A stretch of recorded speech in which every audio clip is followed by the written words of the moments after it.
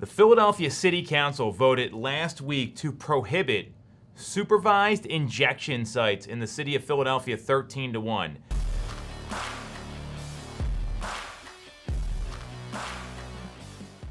If you don't know what those are, and I've talked to some people not from the area, it's if you ever seen The Wire, right? The acclaimed HBO show where it was legal to go do drugs in certain parts of the city, that's exactly what this is. It's exactly like what it sounds like. And it was a 13-1 vote. Now, the question is if Mayor Kenney is going to veto this or not.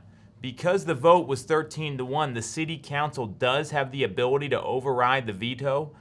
No one really knows what the mayor's thinking at this point. He's a lame duck mayor, so that may have something to do with this. This was proposed by Councilperson Lozada, and there was one district excluded from the injection sites being prohibited, which was District 3, which is parts of West Philadelphia and Southwest Philadelphia. And this has been an ongoing, really hot topic and pain point for a lot of folks. The former U.S. Attorney, Bill McSwain, he actually sued in federal court to get these shut down in the city of Philadelphia. There's a company called Safe Harbor that's been trying to open another legal injection site in either South Philadelphia or up in this area towards Kensington, which is kind of the hotbed for all of this. And Safe Harbor is a nonprofit organization, and the community just doesn't like it. If you look at some of the news around this, back in 2019, there was a town hall meeting in Kensington, and the neighbors were just really dismayed that this was going to be coming to their neighborhood, and it's created a bit of an unsafe environment, as you can imagine. There's talk of zombies walking around, and it's something that's created a lot of crime in Philadelphia.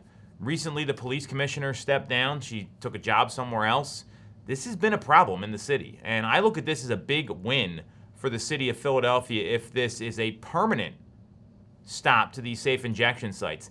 Right now, it looks like it's going to be temporary, and that's one of the challenges, and I'm really not sure why District 3 is not included in there. I'm sure there's some reasoning behind it.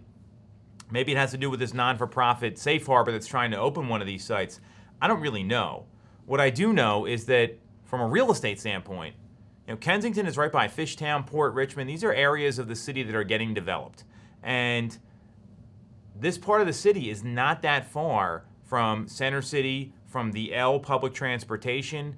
And there's a lot of builders that have talked about developing Kensington, developing Old Kensington, and it's never going to get all the way developed with this kind of activity happening on a regular basis. And for the neighbors that have lived there, I wouldn't buy a house there. A lot of people don't want to live there because of these safe injection sites. So for the direct neighborhoods in and around Kensington, this is a big win, and hopefully will spur some more investment, some more development in the city if this is a permanent hold. I really hope the mayor doesn't veto this. That's kind of the big question mark right now that nobody knows. And it's something that's just not good for the city. All the attention that has to go to these safe injection sites from the police force has led to some of the challenges right now with gun violence being up and all these issues that the city's having. This is a big part of it. So this could and should be a win. Other cities have done this, like New York. It's not a foreign concept. It's just not great for the local neighbors, and it creates a lot of concerns for people that live there. So what's also happened in Kensington this past summer as a result of these injection sites is that there's a program the city put together, very cool. It's called Play Streets, and there's designated blocks that the city's Parks and Recreation Department ropes off to traffic for the purpose of giving free meals to kids and providing enrichment and like a summer play zone that's safe. And they actually downsized the program in Kensington back in 2022 because people didn't feel it was safe because of what's going on around these blocks, and people just don't want to go there. So the reality is, if you want to see the city develop, you want to see safety concerns lowered, the amount of time that it takes to police an area like this, it's a challenge, and they're allowing illegal activity. It's an issue in the city of Philadelphia. So I'm sure what we're going to see happen here is that these open-air drug markets, these high rates of gun violence, I would imagine, are going to come down as long as people are getting policed properly. And I think that's where this gets exciting, because we've got a new police commissioner coming in.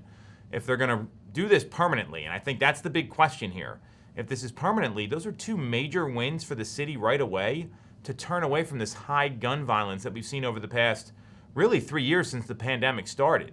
And there's a lot of folks that don't feel safe going into Philadelphia because of these things. This could bring more money into the city, more people spending disposable income, a better opportunity for restaurants and local eateries and local businesses, and an opportunity for people to see their home values go up. If you look at the Philadelphia market compared to the suburban markets, there's much more supply. It's about a 3.6 month supply versus just under 30 days in the suburban counties versus the city of Philadelphia. And we're seeing that prices aren't increasing like they have been in the suburban markets. And a lot of it has to do with things like this. You also have the city wage tax, which is another issue. So seeing programs get shut down where, people are supposed to be playing and providing a safe haven for children is not good for anybody. And since 2015, and this is through 2022, there's been 295 people shot within 5-minute walk of Kensington and Allegheny, which is right in the heart of the neighborhood and right by the safe injection site. So there's a lot of things that this could be a positive for. Let's hope City Council stands up to the mayor if he vetoes it. Let's hope this is a permanent thing, and let's hope that District 3 gets included.